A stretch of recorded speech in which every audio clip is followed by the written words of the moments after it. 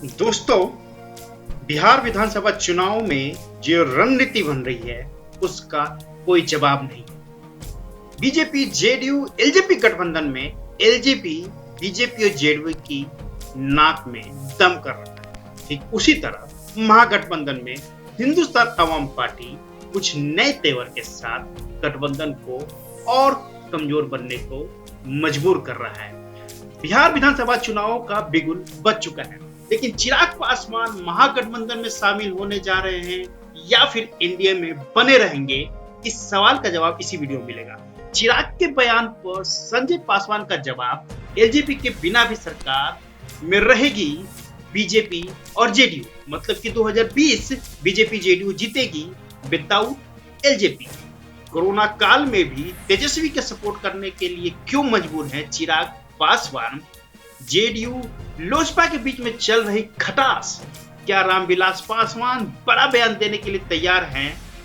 Ramvilas Paswan BJP के साथ रहेंगे या फिर महागठबंधन में जाएंगे, उसके लिए कुछ विचार हो रहा है। कांग्रेस में मंथन चल रही है या कांग्रेस को कुछ शुभ संकेत मिले हुए हैं। मांझी एनडीए में आएंगे तो क्या चिराग पासवान का कद नीचे होगा? कितनों सीटों पे मानेंगे यदि महागठबंधन में चिराग पासवान जाते हैं? इन सारे सवालों का जवाब इस वीडियो में आपको मिलेगा। नमस्कार, ए स्पेस के स्पेशल बुलेटिन में आपका स्वागत है। आपको पता है कि रामविलास पासवान को मौसम वैज्ञानिक कहा था लालू प्रसाद ने। क्या बीजेपी जेडीयू गठबंधन में रहेंगे या फिर महागठबंधन में चले जाएंगे? दोस्तों, सबसे पहले बात करते हैं हम बीजेपी की। बीजेपी इनको 27-28 सीटें देगा, वो भी अपने कोटा से। जैसे कि आपको पता है कि जेडीयू 116 सीटों पे चुनाव लड़ने जा रहा है और 5 सीट वो रिजर्व रखा है हिंदुस्तान आवाम पार्टी के लिए कि वो आगे में भी ज्वाइन कर ले तो उनको 5 सीट देगा। बाकी जो सीटें बची है उसमें से 101 सीट बीजेपी लड़ेगा और 26 से 28 सीटें एलजेपी को देने को तैयार हुआ है। बहरहाल दोस्तों, ये तो समय बताएगा कि क्या होने वाला है, लेकिन जो हमारे सूत्रों बताए हैं जिसमें जेडीयू और एलजेपी के में जो घमासान चल रहा है अंदरूनी, उसका फायदा जेडीयू और बीजेपी अब उठाने की भी चाह रही है। बीजेपी चाहती भी है कि एलजेपी अलग हो जाए, ये एक बहुत बड़ा सूत्रों के हिसाब से पता चला है। वैसे ये चिराग पासवान इस चीज को पहले ही भाग चुके हैं। दूसरा, कांग्रेस दिल्ली में चिराग पासवान के साथ संपर्क में है और इनडायरेक्ट और डायरेक्ट आरजेडी के भी संपर्क में है। कांग्रेस यहाँ पर आरजेडी और चिराग पासवान के एलजेपी को एक ही प्लेटफॉर्म पे लाने की तैयारी कर रहा है।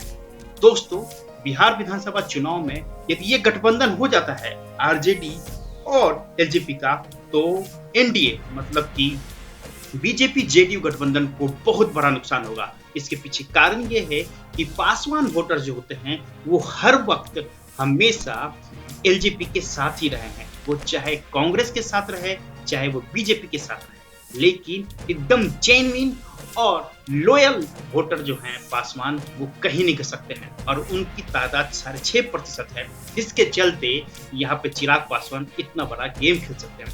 कांग्रेस चाहती है कि एलजेपी को अपने साथ अपने गठबंधन में रख ले। आरजेडी भी चाहती है क्योंकि उनका वोट प्रतिशत बढ़ेगा, साथ में एक बेनिफिट होगा, उनको सरकार बनाने में इजी होगा। बहरहाल, जहां तक आरएलएसपी हिंदुस्तान आवाम पार्टी और वीआईपी की बात करते हैं तो आरजेडी को इन पे कॉन्फिडेंस नहीं है। जैसे कि आपको पता है कि 22-23 सीटों पे 2015 में आरएलएसपी लड़ा था और मात्र 2 सीट निकला था, हिंदुस्तान आवाम पार्टी मात्र 1 सीट।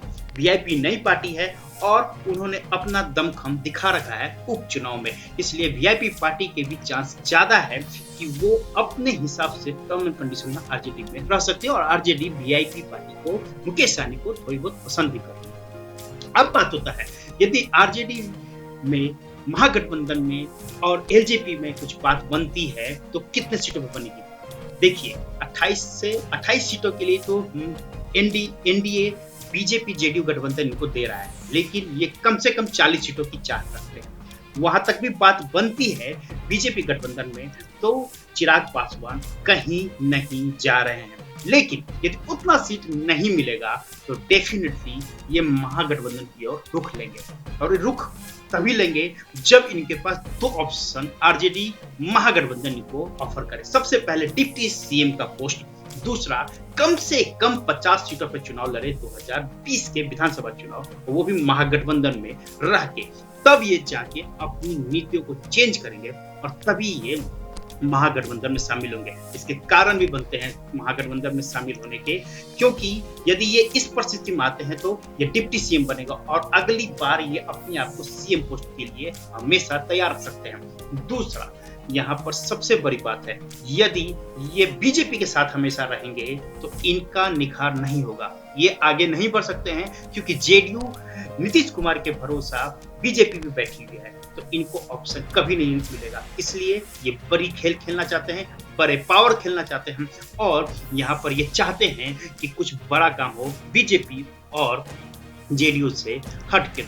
अब दोस्तों यहाँ पे बात होती है, यदि 50 से 60 सीट मिलती है गठबंधन में तभी चुनाव लड़ेंगे, तो 50 से 60 सीट गठबंधन में मिलेगा तो कौन गंवाएगा? कम से कम 123 सीट पे तो हमारा ओपिनियन पोल बता चुका है कि आरजेडी लड़ेगी। 70 सीट कांग्रेस भी कह चुका है, तो बाकी जितने सीटें बचे क्या उस पे एलजेपी को दिया जाएगा, तो आरएलएसपी कहा जाएगा और हिंदुस्तान अवाम पार्टी कहा जाएगा। वैसे बता दें, लोकसभा इलेक्शन में जो दमखम था आरएलएसपी और हिंदुस्तान अवाम पार्टी का, वो शून्य के बराबर हो गया था। इसलिए आरजेडी भी चाहती है कि आरएलएसपी और हम हिंदुस्तान अवाम पार्टी अलग हो जाए और उसका पोजीशन ये तेजस्वी यादव ये एलजेपी के चिराग पासवान के कोटे में चले जाए। हाँ, वीआईपी को डिप्टी सीएम और यहाँ पर चिराग पासवान को भी डिप्टी सीएम का पोस्ट दिया जाएगा, साथ में कुछ अच्छे मंत्री पद के साथ इनको अपने में मिलाने की तैयारी की जा रही है। और दिल्ली में चिराग पासवान और कांग्रेस के बीच यही बातें चल रही है। दोस्तों, ये वीडियो कैसा लगा प्लीज आप कमेंट बॉक्स में अपडेट कीजिएगा, लाइक कीजिए, शेयर कीजिए, सब्सक्राइब कीजिए, बेल आइकन को जरूर प्रेस कर लीजिएगा। हमारी तरफ से जो भी नया वीडियो नोटिफिकेशन आपको जरूर मिले। दोस्तों, मिलते अगले वीडियो में, तब तक के लिए जय बिहार।